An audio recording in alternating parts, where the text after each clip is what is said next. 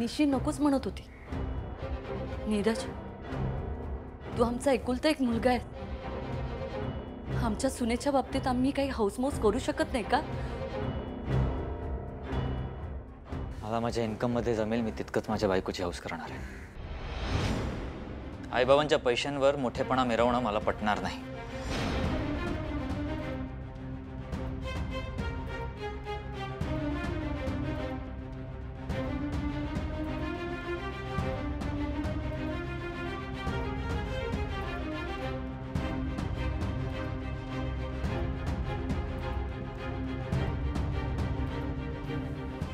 ठीक आहे, होऊ दे त्याच्या मनासारखं. आमच्या घरात तू सून म्हणून येणारच आहेस तू. एकदा का नीरजची नाराजी दूर झाली की मी माझ्या सुनेचे खूप लाड करेन. निशी, तुझे दादा घरी आहेत का? माझं जरा काम होतं त्यांच्याकडे. नाही, ते बाहेर गेलेत आणि केव्हा येतील काही सांगता येत नाही. बंधू, बरं झालं तू त्यांच्याशी बोललास. त्यांच्या लक्षातच येत नव्हतं ना आपलं काय. अरे गुरुजी नमस्कार. नमस्कार दादा. काय म्हणतास? तुमच्या आशीर्वादाने सगळं व्यवस्थित चाललंय. अहो, माझे आशीर्वाद कसले, सगळं तुमचा पुण्य. बरे, लेकीच्या लग्नाचा पुढे कसा काय? खरं तर गुरुजी, 1-2 दिवसात मी आणि उमा तुमच्याशी बोलणी करायला येणारच होतो. असं डोक्यात आहे की या गुढीपाडव्याला निशीचा साखरपुडा करायचा. अरे वा, उत्तम. 3:30 मुहूर्तातले एक मुहूर्त हा. खुशाल करून घ्यावा हे शुभ कार्य. हो, पण तुम्ही साखरपुड्याला येवाच हा गुरुजी. आणि तुम्ही साखरपुड्यासाठी आलात की दोघांची पत्रिका बघून लग्नासाठी 2-4 चांगले मुहूर्त बघून टाकू. तुम्ही म्हणालास तर आता येणारच. बरं दादा, येते मी. तुझ्या ऐक. ठीक येते. दादा, आता घाई करू हवी. हे नाही ना म्हणतं हे दिवस कधी जातील ना कळणार पण नाही. अजून तयारी बाकी या, खरेदी बाकी या, दागिन्यांचं पण बघू कावा. आणि सगळ्यात महत्वाचं काय तर मानपान. बरोबर, अगदी बरोबर बोललास. कोणाचं मानपान चुकलो ना तर वर्षभर वैर करून ठेवत आपण.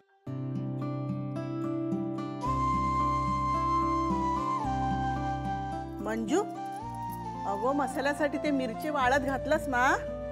हो, उमाताईने केली सगळी तयारी मसाल्याची. निशी, काय गेलं गो? ते नीरज सरांच्या आईंनी बोलवलं होतं ना तिथे.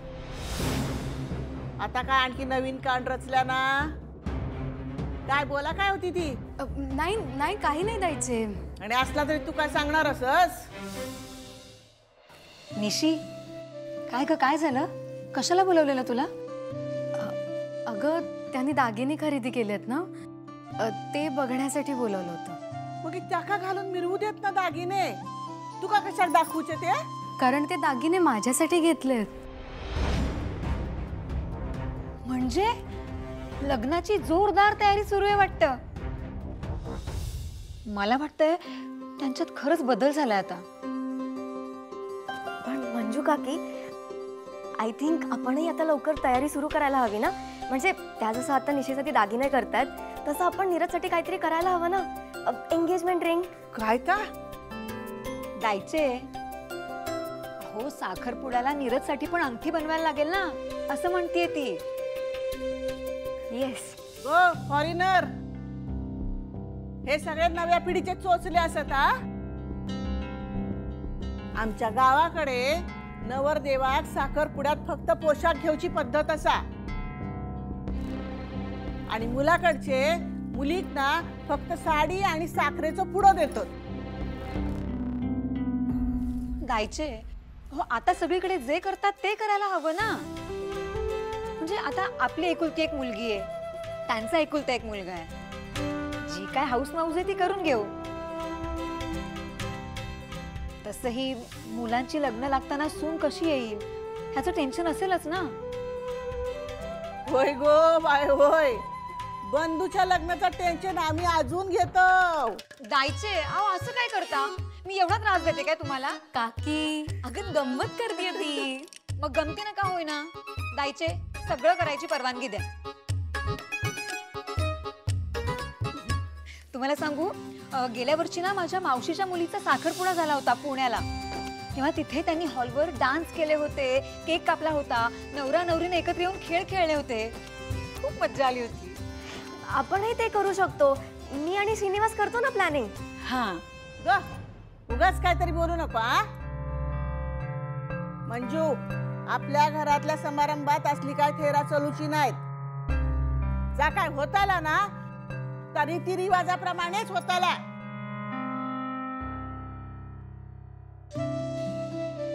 जायचे. हे बघ, तू जे म्हणतेस ना आपण अगदी तसंच करू. बरं मंजू काकी, दादा कधी येणार आहेत काही माहिती आहे का? नाही, ते नीरज सरांच्या आईंचं काहीतरी काम होतं. म्हणजे सगळ्यांसाठी दागिने करणार आहेत का ते आता? लागला लागला सपना बघू. अगो पुन्हा काहीतरी करून चांगल्या कामात खोडो घालीत असतात ती कैदाशीन. आता आपला दागिन्यांचा पडला पोळग्या खायला.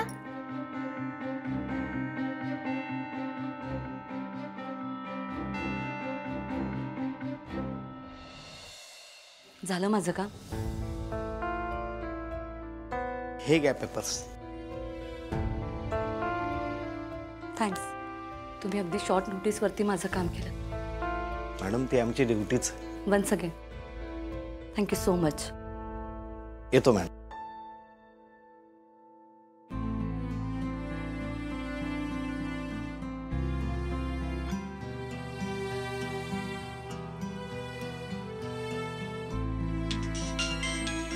हॅलो, निशी बेटा, बोला ना.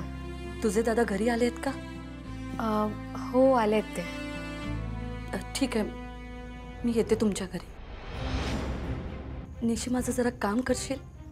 काय? नीरजला फोन करून तू तुमच्या घरी बोलावून घे. पण हॅलो हॅलो, काय काम असेल त्यांचं? निशी, काय झालं? अगं, नीरज सरांच्या आईंचा कॉल होता. त्यांचं काहीतरी दादांकडे काम आहे आणि नीरज सरांना पण बोलून घ्यायला सांगितलंय. नीरज?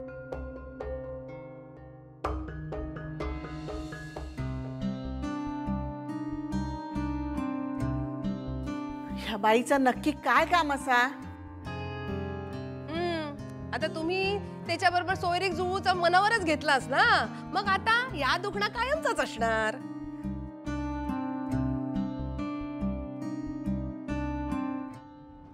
काय झालं निशी? तू असं अचानक का बोलून घेतलंस मला? सर, तुमच्या आईंचं काहीतरी दादांकडे काम आहे आणि त्यासाठीच त्यांनी तुम्हाला कॉल करून बोलवायला सांगितलं होतं.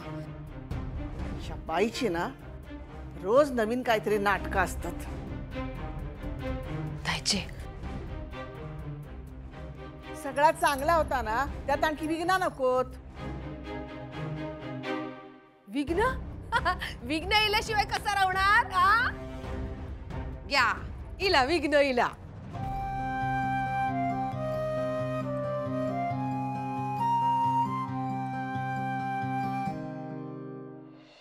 माफ करा मला, मी तुम्हाला त्रास देते.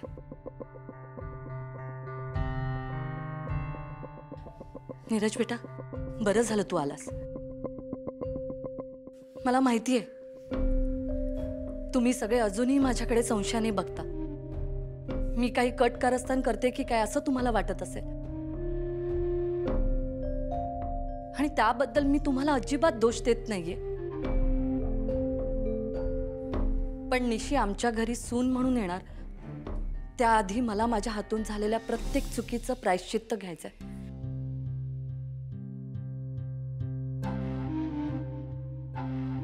आणि ह्यापुढे माझ्याकडून फक्त त्या दिशेनेच प्रयत्न होतील. त्याचं पहिलं पाऊल मी आज उचलते.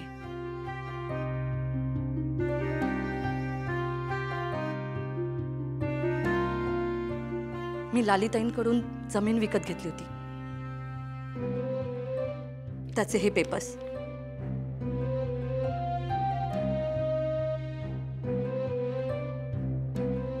आज मी ही जमीन परत लालिताईंच्या नावावर केली आहे.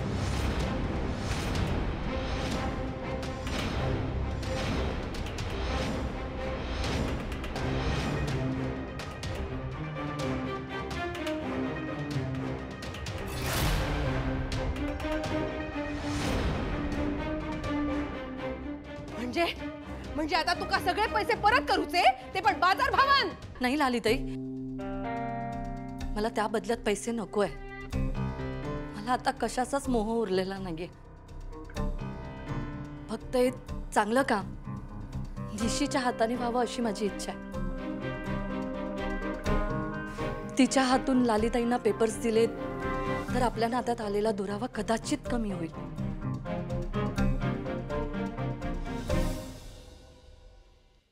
निशी, प्लीज.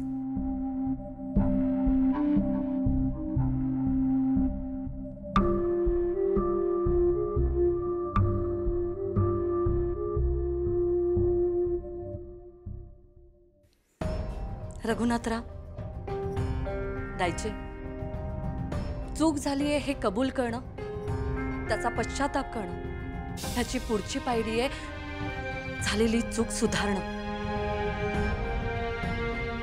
मग तुम्ही ती संधी मला देणार नाही आहेत का?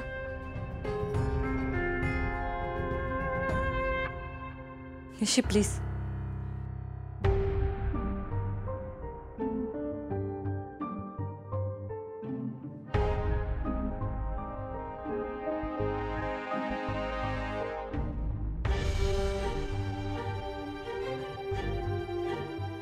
हे घे निशी.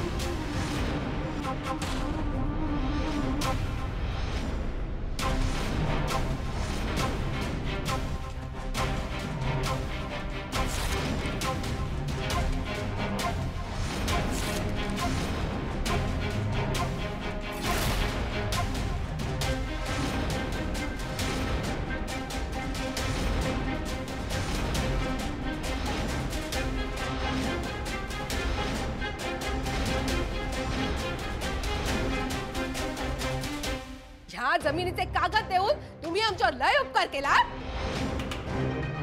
ह्या जमिनीपायी आमच्या घरात काय काय घडला त्या मी तुका सांगूकच नको. आमचं घर एक होता, पण त्यात पहिले ठेंगी कशामुळे पडली तर ह्या जमीन मी तुका विकले ना म्हणान. आणि ह्या माझ्या आईने माका सगळ्यांसमोर, माझ्या घोवासमोर, माझ्या लेकासमोर माका हातात धरून बाहेर काढल्यान.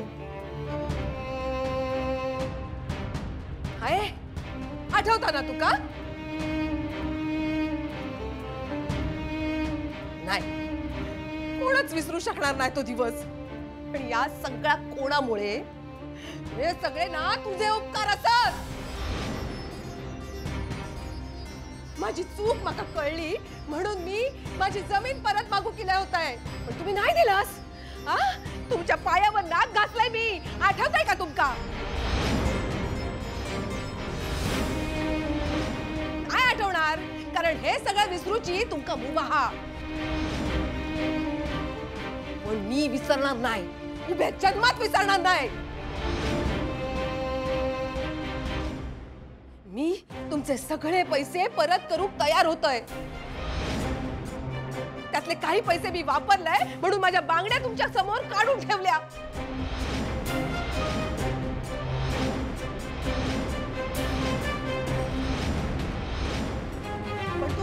ऐकलास नाहीस माका हाकलून दिला घरातून. बाजार भावाने पैसे आण म्हणालास ना.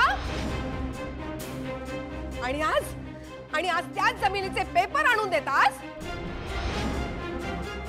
हे पाय माझे म्हणजे आता तुमचे पाय धुवून पाणी पिऊ काय मका. आणतोय पाणी आता या तुम्ही. नको तुमच्यामुळे माझ्या आईचो माझ्यावरचो विश्वास उडालो. घरातली सगळ्या जणांची माझ्याकडे बघण्याची नजर बदलली.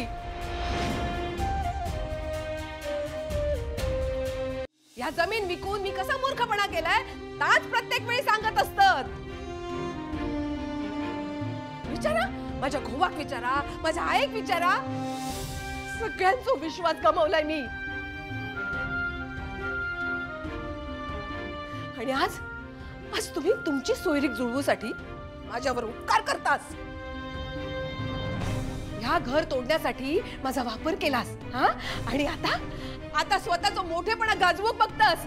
काय तर म्हणे तुम्ही माका जमिनीचे दिलेले पैसे तुमका परत नको म्हणा. भीक देतस माका. नको तुझी भीक. हा सगळ्यांनी तुझ्यावर विश्वास ठेवलेला असतात पण या लालीचा तुझ्यावर विश्वास नाही. हा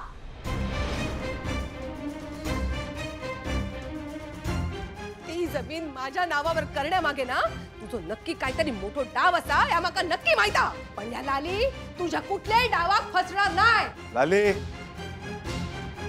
जरा शांत हो. नाही रघुनाथराव, त्यांना बोलू द्या.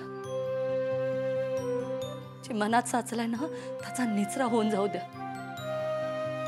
मला राग नाही येणार. एका परीने हेच माझं प्रायश्चित्त आहे. मी जे डिझर्व करते तेच ते मला देत आहेत. ह्याच्यापेक्षा पण मोठी शिक्षा देऊ होई तुका. वर जो बसलो हा ना तो सगळा बघता, सगळं हिशोबा त्याच्याकडे. कधी भला नाही होऊचा तुझा मेघना सचदेव. कधी भला नाही होऊचा तुझा.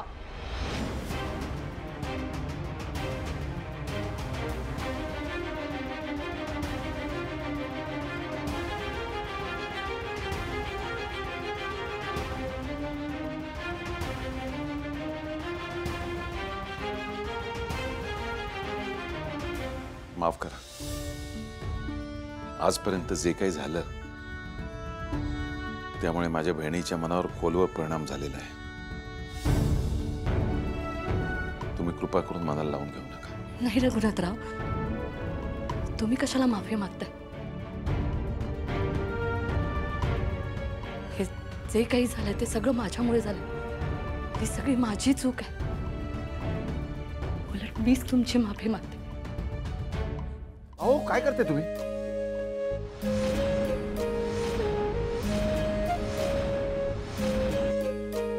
देव प्रत्येकाला स्वतःची चूक सुधारण्याची संधी देतो. तुम्हाला ती संधी मिळाली असं समजा.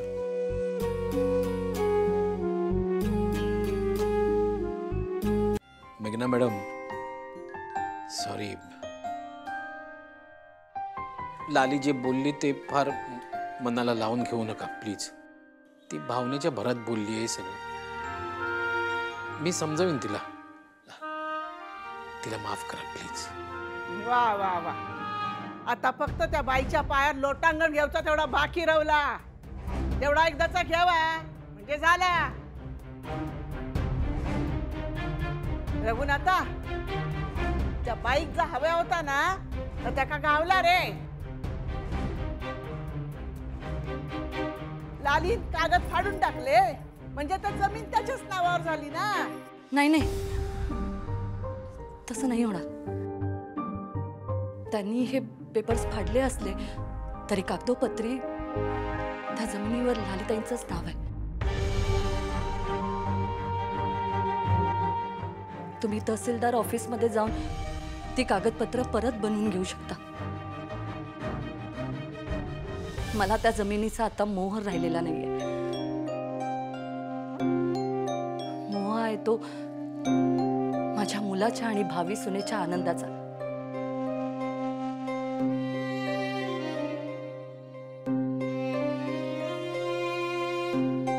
माझ्याकडून तुम्हाला सगळ्यांना त्रास झालाय. मी तुमच्या सगळ्यांची माफी मागते.